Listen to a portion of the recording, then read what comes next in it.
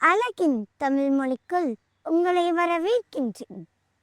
கதை சொல்றது ஏன் பொறுப்பு, காட்சிப்படுத்துறது உங்க பொறுப்பு. ஒரு குயவர் இருந்தாருங்க.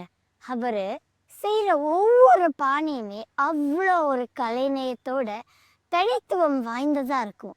அதுக்காக அவர் தேர்ந்தெடுக்கிற மண்ணில இருந்து அதை வடிவமைக்கிற அவரோட கை பக்குவத்தில இருந்து அவர் அதை சூளையில சுட்டெடுத்து தரமா செய்யறத பார்க்கறதுக்கே அவ்வளோ அழகா இருக்கும்.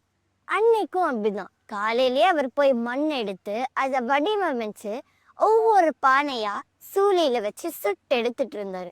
அதை பார்த்து பயந்து நடுங்கி போன ஒரு பானை தன் நண்பன் கிட்ட சொல்லுச்சு, எப்பா, இந்த வைக்கையில நம்மளால இருக்க முடியாதுப்பா, நான் போய் ஒளிஞ்சுக்க போறேன், நீயும் என் கூட வந்துரு அப்படின்னு சொல்லுச்சு.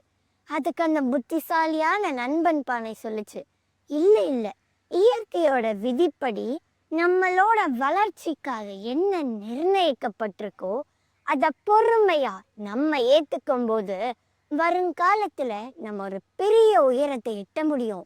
அதனால நீ போய்க்கோ, நாளா வரமாட்டேன் அப்படின்னு சொன்னதும் அந்த பயந்து போன பானை சொல்லிச்சு, நீ என்னமோ பண்ணு, கடைசியில நீ வெக்கையில தான் இருக்க போற அப்படின்னு சொல்லிட்டு தன்னை ரொம்ப புத்திசாலின்னு நினைச்சுக்கிட்டு அது போய் ஒளிஞ்சிருச்சு. அந்த குயவர் எல்லா பானையும் சூளையில சுட்டெடுத்ததும் ஒவ்வொன்றா வரிசையா அழகா அடுக்கி வச்சாரு. அப்போ போய் ஒளிஞ்சுக்கிட்ட இந்த பானையும் நல்ல பிள்ளை நாணயம் மாதிரி அந்த கூட்டத்துல வந்து உட்காந்துக்குச்சு. கொஞ்ச நேரத்திலேயே நிறைய பேர் பானைகளை வாங்கிட்டு போக வந்தாரு. அப்படி ஒருத்தர் 2 பானைகளை வாங்கிட்டு போனாரு. அதுல ஒண்ணுதான் போய் ஒளிஞ்சுக்கிட்ட இந்த பானை. அது ரொம்ப வெயில் காலம் அப்படின்றனால ஆத்துல இருந்து தண்ணி எடுத்துட்டு வந்து 2 பானைகள்லையும் ஊத்தி வச்சாரு. ஊத்தி வச்சுட்டு அவர் போயிட்டாரு. ஆனா கொஞ்ச நேரத்திலேயே இந்த பானை அப்படியே மெதுவா மண்ணோடு மண்ணா கரைய ஆரம்பிச்சிருச்சு.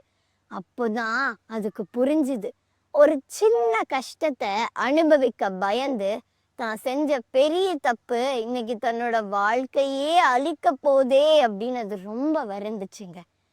இந்த கதையில இருந்து நம்ம என்ன கத்துக்கிறோம்னா, அந்த புத்திசாலியான பானை சொன்ன மாதிரிதான், இயற்கையின் விதிப்படி நம்மளோட வளர்ச்சிக்காக என்ன நிர்ணயிக்கப்பட்டிருக்கோ, நம்மளோட வளர்ச்சிக்காக என்ன நிர்ணயிக்கப்பட்டிருக்கோ அதை பொறுமையா நம்ம ஏத்துக்கும் போது நம்ம வாழ்க்கையில ஒரு உயர்ந்த நிலைக்கு நம்மளால செல்ல முடியும்.